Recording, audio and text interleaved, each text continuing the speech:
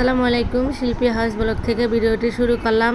সবাই কেমন আছেন? আশা করি ভালো আছেন। আলহামদুলিল্লাহ আমরাও ভালো আছি।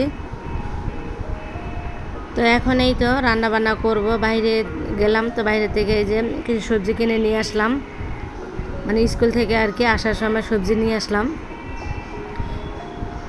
বিলাতি ধনিয়াগুলো আর কি আজকে ভর্তা বানাবো, আর হচ্ছে একটু তরকারিতে দিব।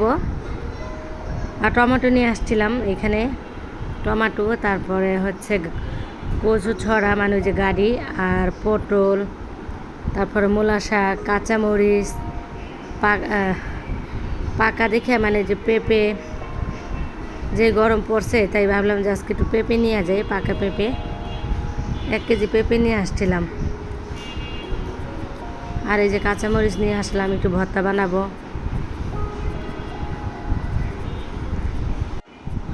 তারপরে এই তো স্কুল থেকে আসলাম, এখন এই যে জামা কাপড়গুলো খুলতেছে, আর ঘরের কী অবস্থা এগুলো পরে গুছাবো। আমার বোরকাটা ওইভাবে রাখলাম।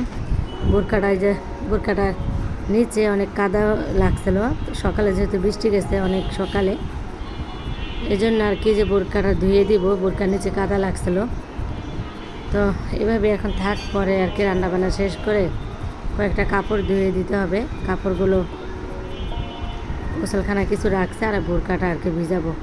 তো এই তো পেঁপেটা কাটলাম, আমি পেঁপে খাইতেছিলাম। আর এখানে পটল ভাজলাম, পটল আলু দিয়ে যে পোয়া মাছটা রান্না করবো। পোয়া মাছও ভাজা হয়ে গেছে।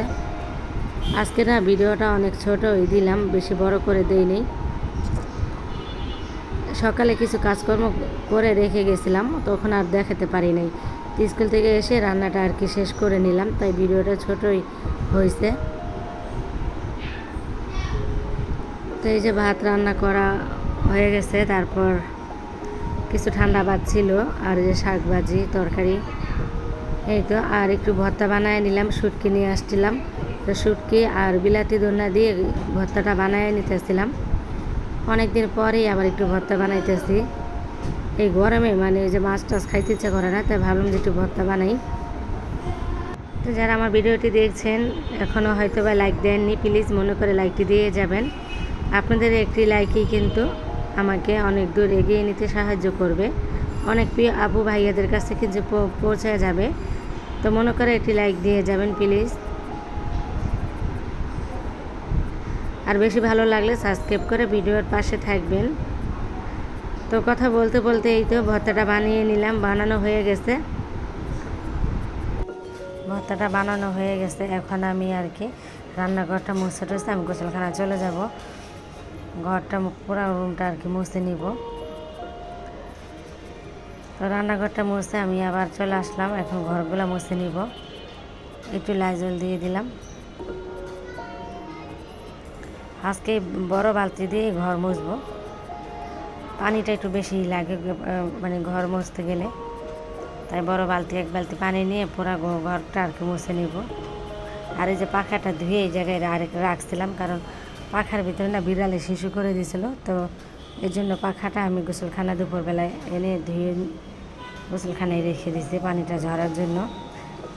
আর এখানে এই যে ঘরটা মুছে নিতে আসছিলাম, প্রথমে ড্রয়িং রুমটা মুছবো। তো সুতা ছিল না 2 দিন, তো 2 দিন পর আর কি ঘরটা মুছে নিলাম।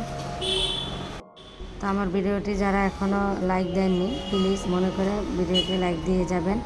আর ভিডিও বেশি ভালো লাগলে কিন্তু সাবস্ক্রাইব করে ভিডিওর পাশে থাকবেন।